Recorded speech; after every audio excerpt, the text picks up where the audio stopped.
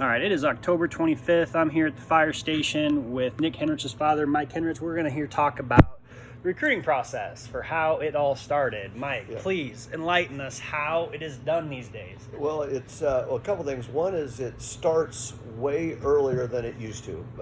Back in the day, that Nick actually got his first offer after his freshman year from South Dakota.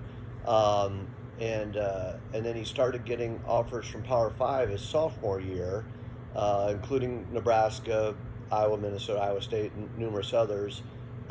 With Coach Frost and the current staff, I believe the first contact was in March after Coach Frost and the rest of the staff had arrived.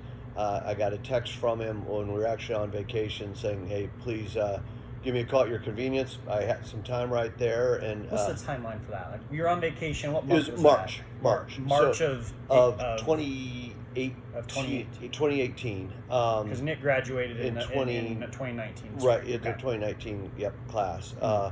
And so it was after, and people have asked me before, like, okay, as soon as he got the job, did he get a hold of you? Well, he didn't directly. Other coaches did, saying, yeah, we still really want Nick, etc. And I told those coaches, we understand you're in a whirlwind right now because you're playing Auburn in the bowl game. You got to take care of those kids. You're trying to wrap up a recruiting class for Nebraska in less than a month. February 2nd signing date. And so I said, there's no rush from our end. He's not going to make a decision. But it was soon after that, in early March, that Coach Frost got a hold of me, and I was able to return his call right away, and probably had a half-hour conversation. Which before this, with the previous staff, Nick had already basically marked them off as Nebraska as a place he was not going to go. And so with Coach Rude, Coach Frost, Coach Duvall, etc., the whole staff, it sort of reopened Nebraska as a possibility. And with Coach Frost, it struck me right away his honesty and basically lack of he didn't sugarcoat anything. He said what he found at Nebraska, where it was lacking. So perfect. So that process started. He sent you a text message. You're on vacation. Yep. And it said, "Call me at a certain time or as soon." He said, "Just whenever it's convenient for you." Wow, that's cool. And so it happened to be right then. We were on vacation, but the boys were showering, getting ready, so I had a half hour to free, and so I called him right then. It worked out fine. Perfect. Yeah.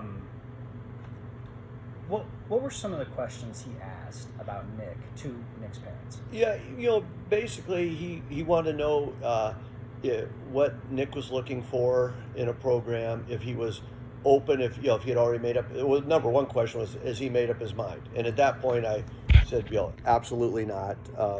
He's wide open. As a matter of fact, he's totally undecided, and that he was looking for a place sort of where he could fit in. They felt like he fit in with the staff, number one, including strength coaches, everything, and the players on the team. He talked to you about that on the phone for about a half hour? Yeah, yep. And so we talked, and he's, like I said, he was very upfront, honest that Nebraska had a ways to go to get back to where he wanted it to be, but that his goal was to get it back to national championship status, and that he also came across as very confident but not cocky that he could be the guy to get him there. And he said it will. He goes, it'll take some time. He goes, there's going to be a culture change. There's going to be a personnel change, because we'll get there, and when we get it going, it will go up fast. So that pitch that came off to you as a parent as very impressed, probably, but talk to me about how you took it. Well, see, I guess as I coached college tennis as a coach. I like that. I love the honesty with it, that it wasn't a used car salesman routine. But I also liked his confidence. I mean, I think to be great in anything, but especially coaching, you have to have that confidence and a little bit of swagger, and he has that. And so that stood out to me. That he definitely has that it factor, that confidence in what he's doing, and but at the same time, not saying like, hey, we're going to win the national title next year. Right. You know, he was very honest about what needed to be done, and I really appreciate that. And I think when he talked to Nick, it wasn't that much longer after that him and Coach Rude went to Burke and so yeah, we'll rewind then real quick. Then. Sure. So the phone call happens. Yep. Did he try to, like, and I think of it from like a sales process, but did Scott Frost try to close you to get a date set for him to come to an official in-home visit? What did you want to talk to Nick next? Like, what did he talk to about at the end of the phone call? The next steps in the process look like what? The next steps, they couldn't even do in-home visits for like another 6 months. Okay, that was March, so that was March. They had to wait till at least after July or August. I can't remember what. I know they could start calling in July, and then visit. They can start calling the recruits in July. They can call the parents whenever they want. Well, even then, it's supposed to be, and it's a goofy rule. They have to text first, and the parents or recruit have to call them. Right, and so it's got to be me calling them, even if they text. Like Nick would get between 10 to 20 texts a day saying, "Hey, please call at your convenience," and that just and some of it was just texting, checking in with him. A lot of them was like, "Please call, please call, please call," but they could not call him. And so it wasn't really setting up that date so much as they wanted to start establishing a relationship. And I also made it clear, I felt all along that it had to be Nick's choice. For an in-home visit or for where he's going to go to school. Okay, so that conversation still happened on the phone, right? Yes. And so at the end of the phone conversation, Scott does not schedule a meeting for an in-home visit. He waits a while, texts you later, and then sets it up? Yeah, well, and that was like months down the road. Okay. And that was really after Nick had decided where to go. At this point, he just said, look, we would love to have you guys come down for any practice that works for you. We want you to come down to the spring game. Mm-hmm. We want you around our staff, our players, everyone as much as possible. So he called you before. That was my other question. He called you before that spring game of that year. Right. So it's Scott Frost's first ever spring game. Right. He calls, or he texts you, you call him, and you talk to him, and he invites you to the spring game, which was probably a week or two later? Yeah, it was a few weeks later. Did you guys go? Yeah, we did. Okay, we great. did, and he went to several, I think we were at Wisconsin's and Minnesota's, and several other spring games we were able to take in that spring. So it's a real whirlwind that spring, because Nick wanted to make the decision before his senior year. So now that was about the time where he's got 20 some offers. Okay, we got to start paring this down and figuring out where it wants to go. But and then Coach Rude was really instrumental as far as he kept in very. He was at Burke all the time. He was talking to Nick quite a bit, and so as was Coach Frost after that they started developing a relationship. I never wanted to push Nick. One place or another, I would point out what I felt was good or bad, or some strengths or whatever of different schools. But ultimately, he had to be the one to make the decision, be happy where he went. Absolutely. And so how was the spring game? The spring game was great. Yeah, it was good. Obviously, at Nebraska, it was a lot different because you have 80-some thousand fans. I mean, that's really unique. Did he have friends or people he knew that were also there with their families? His teammate at Burke and teammate at Nebraska now, Chris Hickman, was there. Okay. He had gotten to know Garrett Nelson through the recruiting process a little bit, and him and Garrett were friends by that stage. So he knew several of the other recruits that were going to be there. So it was a real It was a fun game and enjoyable, and obviously huge crowd, etc. That makes Nebraska really stand out versus a couple of areas out. Minnesota had a bad weather thing, but they had like 400 people at their spring game, so a little bit different. A lot different, and just it not that we didn't know this, but it just shows how much the Nebraska, how big football is here. Sure. So how was Frost and Root at the spring game? Did you get to talk to them a little before, a little after? How'd that go? Yep. It was really good. Obviously, they have a lot to do on those, but they made it a point to talk to us, to talk to Nick, and they made us all feel like that Nick was really a priority for them. We went up to his office after. This was after a practice one time. We went up to his office, and him and Coach Rude were there, and he basically just said, we want you at Nebraska, you're the type of player and person we want, both in terms of what he could do on the field and in the locker room. So, they and a lot of the other coaches said similar things. They just it came across as very sincere. It wasn't a high pressure like, hey, we want to know right now, we need a decision now. It never got to be really high pressure. They were more and more curious where they were standing as they knew Nick was getting closer to the decision. But at that point, it was just really him wanting us to know that Nick was a priority and that they really felt he could help him develop as a player and as a person, and that's the kind of kid they wanted in Nebraska. How about his experience in training? Did he ever go to ETC and train with Gibby Duval? What did he do for training to get where he was? His dad was a tennis player. I mean, now come on now. And obviously lifting really heavy weights. No, Nick was very unique. Nick never went to any training, didn't go with Gibby, didn't go anywhere for training. Nick is still one of the most incredibly self-motivated kids. He, from probably the time he was in 6th grade, he was asking me, when can I start lifting weights? When can I start lifting weights? Finally, when he was in before his 8th grade year, I bought a weight set, squat rack, etc. Put it out in the garage, and showed him how to do some things. But then, where other kids would be watching music videos on YouTube, he was watching J.J. Watt workout videos, or Von Miller this, and he was out in the garage every day lifting weights, and the garage wasn't heated, so if it was 0 out there, he was still out, put sweats on, and he'd be out there working out. And so he was just super self-motivated and did it all himself, and never had a personal trainer or anything like that, but it really, I think, elevated his athleticism when he started doing that. So how about, let's back up. Can you tell us your background, high school, college, that just real quick, how that kind of happened? In most states, boys tennis is in the spring. Yeah. And in Nebraska, it's in the fall. So you're not able to do tennis and football in the state of Nebraska. In most states, you are. What's your background? I grew up in Missouri Valley, Iowa, so there was no tennis team there. I went to, it was in the spring, so I went to state, etc., just on my own. We had no team. I played high school football. I actually went on a recruiting trip to Iowa State. Was the biggest school that showed a little interest in me. No offer. For tennis? For football. For football. For football. I had a few Division II football offers, but sort of knew at the time, being maybe 160 pounds with a rock in my pocket, that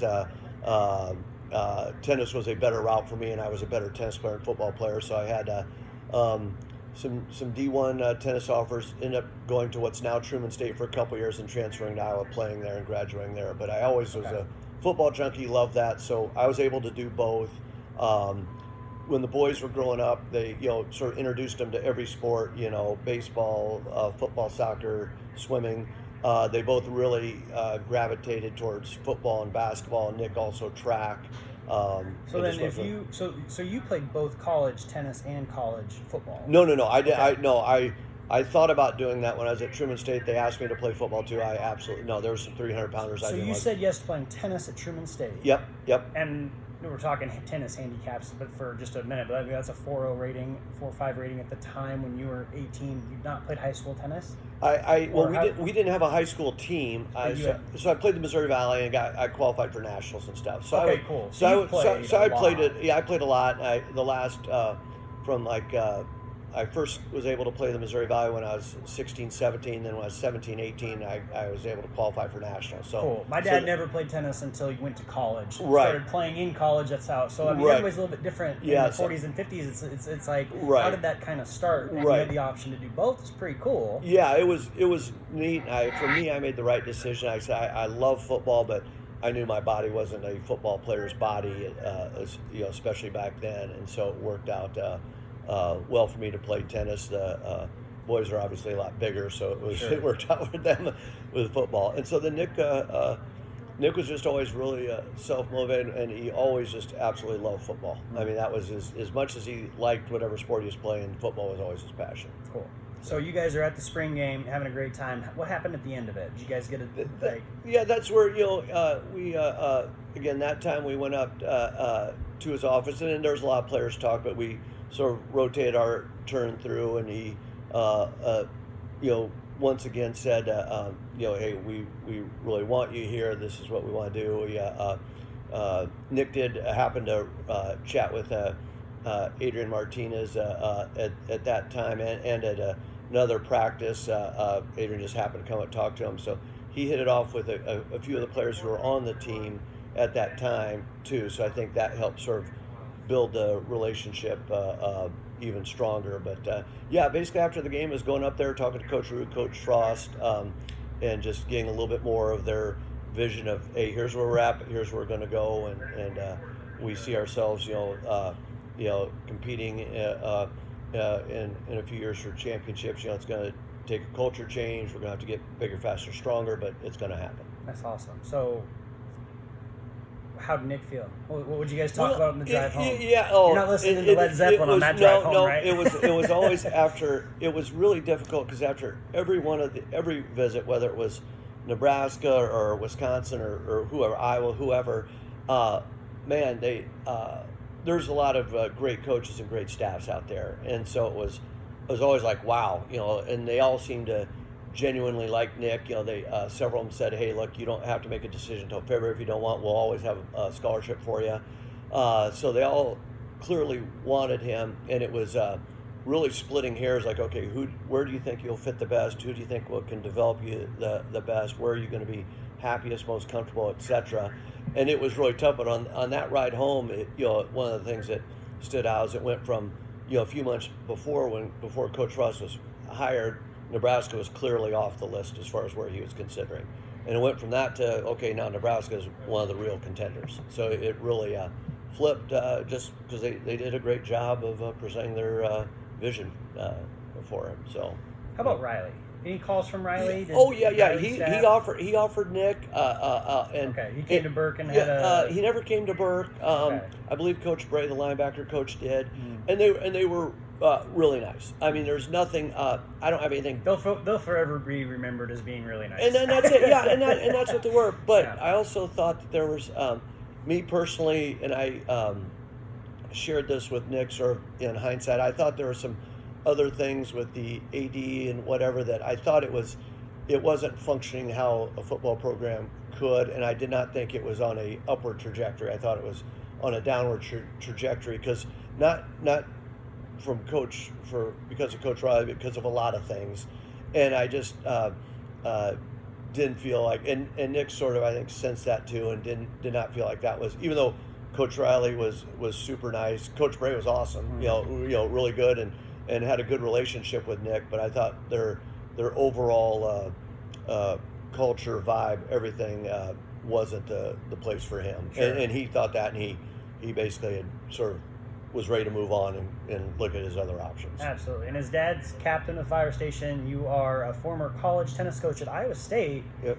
Nebraska at that same exact time ends their tenure with Carey, who had been there 25 years as the men's head tennis coach. Right. And now the radio pokes a little fun and says, hey, we got a 4-star linebacker in Omaha, Nebraska, whose dad's the former head coach at Iowa State tennis.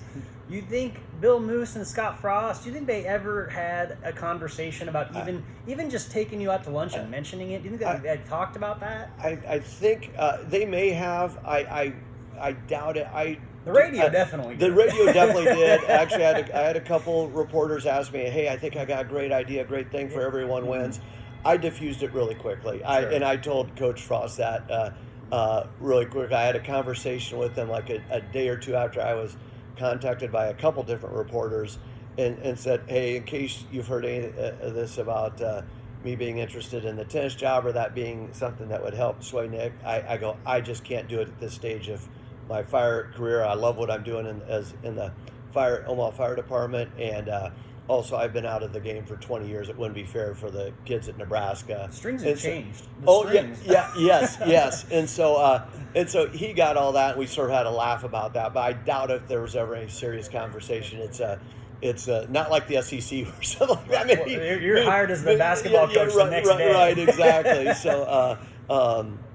So we Coach Frost and I had a good laugh about that, but no, I don't think, and I still. I think there's a rumor that his wife plays. So I'm interested to see that. Bo Pelini's oldest son played at the Racket Club with Rick Stempson, and he trained a few different sports that were there. Well, and I told Coach Frost I'd help him with his backhand, and so I'm sure he's still too busy for that. But someday I will gladly do that and help him out. But I think he did mention his wife played. I didn't know how serious or anything. Yeah, and so they, you have a lot of peers right now that are down south, and Florida, right next to where Scott Frost was at the 40 and over 4-5 championship. We wish them the best of luck. They won their first match this morning. I saw that. Yeah, and, absolutely. Yeah. The whole third set, man, it's so funny. Oh, that's great. Garcia won both his sets 6-0, 6-0. He has won his last 10 sets 0-0, and nobody has challenged his rating. It's kind of crazy. Ooh, that's nuts. Yeah, sidebar. But yeah, we're at the point then the summer comes around. It's late in the summer. Scott Frost eventually is going to want to have an in-home visit, right? Yeah. Yeah, but they can't at that stage. So right. They schedule it at that stage? It was well, sort of back up a little bit. So we went on like a 5-school tour over, like sort of coincided with Nick's break in some of these spring games where we went to Minnesota, Wisconsin, Notre Dame, Iowa State, and Nebraska. Did you go with Watts to Notre Dame? No. Okay. He's a year behind, so he couldn't. Oh, that's right. Not as official. Right, not as official. Yep. And so, although Xavier and Nick are really, really good friends, and he's still committed to Notre Dame. He's still committed to Notre Dame. I tried to get him to Nebraska too. I worked on his dad, and again, it's just like we told him he had a lot of really good choices, just like Nick had a lot of really good choices. And it was tough, and X is a great kid. I wish him nothing but the best. Wish he was going to go to Lincoln, but I wish him nothing but the best. But yeah, so after that, Nick, that was in the spring.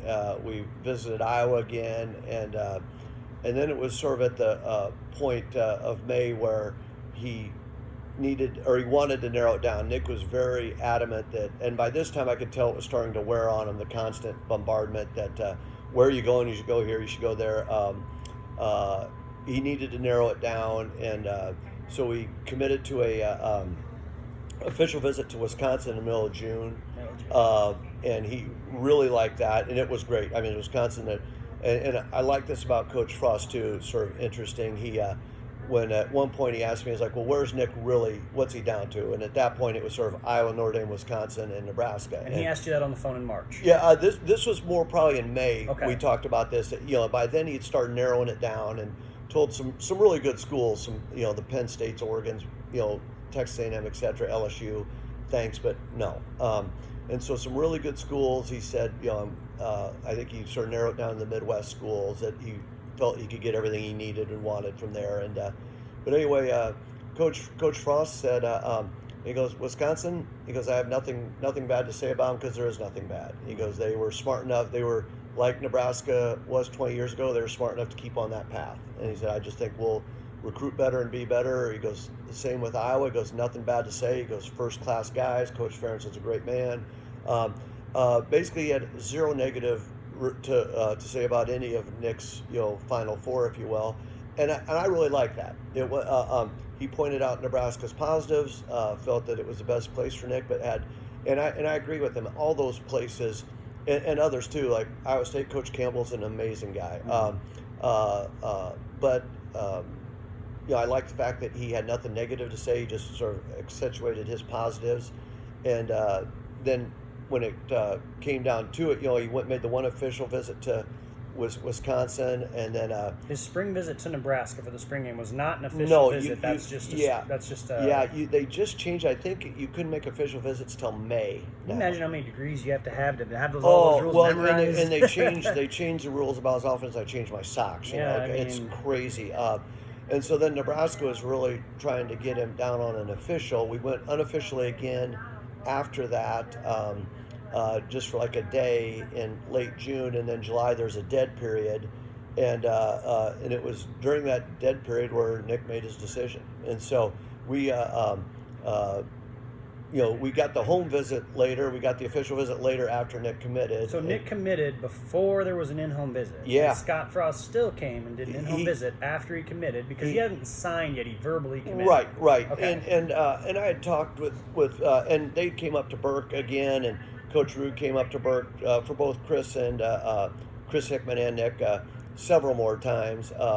That fall, Chris didn't commit till October, I believe, or maybe late September. Nick was already committed, but it was, a couple weeks before, I'll say, late November, that both Coach Frost and Rude said, hey, we'd love to come up to have a home visit with you. And I even told him, I'm like, I know you guys are busy. It's not necessary. I go, Nick is solid. He's not going anywhere. Oh, that's fascinating. So this is before. So, and I'm trying to remember the year it happened, but now there's 2 signing periods. Yeah. Yep.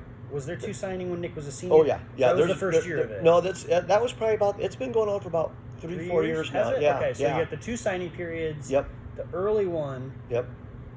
Had already passed? No. This is in November. That's like okay. December 2nd or 3rd. So they're trying to set up an in-home visit with Nick before the first signing period. Yes. Almost did you just try to convince him to sign on that first signing period, but you already knew he was gonna. Well, and he told me he's gonna. So okay. It was, he was going to enroll early. Chris was going to enroll early. That was already a done deal. They'd already been admitted to the school. Everything was done. Nick had told everyone. He'd called, and before he even announced his commitment to Nebraska, he called all the other coaches. He did it himself, and he did it the right way. That he called all the coaches and said, "Thanks so much, but I'm going to Nebraska." All of them every single school was great about it. Handled it great, but the coaches still wanted to come. I'm sure just to do their due diligence, and even after not every coach would. No, not every coach would. That's right. But these guys. Coach Rude and Coach Rude had come up another time when he was in town, and this time was with Coach Frost, and like I said, even after I told him, like, no, this isn't necessary. Nick is rock solid. You don't have to worry about him at all. And they're like, hey, we really would like to come anyway if it's okay. I go, no, it's because I love hanging out and talking football with those guys. It's awesome. I mean, who wouldn't? So the date, who comes, that whole process. It was so they called us early November and asked what would work. I gave them a bunch of dates. They're like, well, how about this one? They went. I think they saw Chris first. Who called? Coach Frost. Coach Frost called to set up the date himself. Yeah, said, hey, what works for you guys? And then I go, any of these will work. He goes, all right. He goes, and then it was a couple days later, he texted and said, how about this? And I'm like, sure. That's how old school Scott Frost is, because kids these days will never have the fear of dating a girl and the phone ringing and you worry about the girl's dad picking up the phone. Right, and they don't have the same thing we had growing up. And so right. I think of Scott Frost, and I just want the simple numbers, even from a sales or a dating experience. But Scott Frost, in essence, he called you at least 5 to 6 times before he even tried to get a in-home visit, which he knew he could probably get, but he didn't even ask. He really was... He really does believe in building the rapport, and he took his time to develop the relationship with Nick. And you couldn't do it in the spring anyway. You had to wait till after, till July or August. But he didn't. He certainly didn't press it. And Nick had already committed, but he certainly didn't press it. And he, what I also liked, sort of going along with what you just said, is even after Nick committed, both him and Coach Rude, they checked on Nick. And like Coach Rude said, look, I'll call him every day if you want, but he goes, I don't talk to my own players on the team that often. And so I go, no. I go, he's fine. But they really wanted to make sure that that they weren't taken in for granted, and that just to really keep building the relationship with. And I think that's the reason he wanted to come on the home visit, is he wanted to keep, he looked at this as like, hey, this is part of us continually building the relationship that's going to go on for 4 or 5 more years. Yeah, he never has time to play tennis with his wife. No, heck no. He doesn't have time to do any. I even I know he loves hunting, and so do I. And I said, well, if you ever have time, I'll take you to a real good pheasant hunting place. Well, maybe you'll take me up on that someday. But anyway, so they set up. They came to the house, spent a couple hours just talking about all sorts of things, not just football, talking about school, talking about, Coach Frost and I, of course, talked about hunting, and that sort of. And we'll rewind real quick. We'll be right back.